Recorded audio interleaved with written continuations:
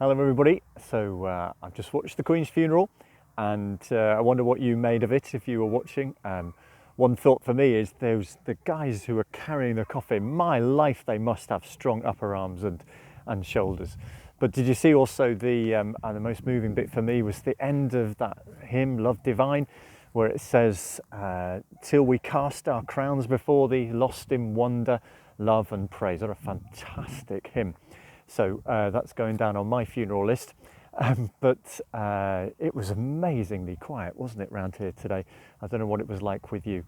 But that quiet probably won't last because people will get back into realisation that life's a bit tough and politics will restart and things like that.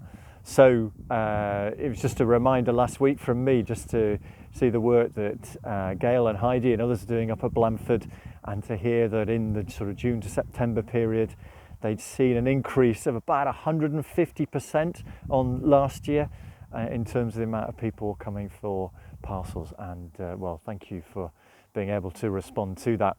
But we've also had last week, we had the homelessness conference, 45 organisations, 100 people getting together to actually say how can we prevent homelessness in BCP. And coming out the back of that, we've launched the app, the homelessness, it's not really an app, Candice keeps telling me off for that, it's a web portal, but you can get it up on your phones, and I'll put the link into the email, into the WhatsApp, so you can pick that up and see some really helpful stuff, some very basic steps. How can I help someone today? How can someone maybe who wants to be involved and actually provide goods or money or volunteer? So there's some really helpful stuff in there. So do load it up if you're within that area. And and for ourselves, we're going to have our own resources page. We're just writing a single page on the website, a resources page. So whether you're in the office or wherever you are, if you want to get some information to somebody about how, if somebody asks, I need help with X, then we're going to try and put that all in one place so that you can easily get to that. But it's also a big week this week at Wimborne. Congratulations to guys up there, 10-year anniversary on Wednesday. So Sharon and Rachel, good on you. Thank you so much for all that you've done up there and all that you are doing. And if people want to send them a little sort of birthday woohoo on Wednesday, I'm sure they'd appreciate it. And we're going to see some of those who've been long service volunteers as well, and give them a little something as well. So that's going to be a good day. Similarly, Poole Food Bank got some cracking new steering group members, and they're going to have their first revamped steering group on Thursday, I think. So there's going to be some good stuff there, talking about strategy stuff. And the other thing, newsletter's coming out this week, but looking ahead to October, really keen to start. What in October we want to do is to start people thinking about how they can do Christmas differently, how they can do December differently, so that they don't spend as much as they may have done in past years.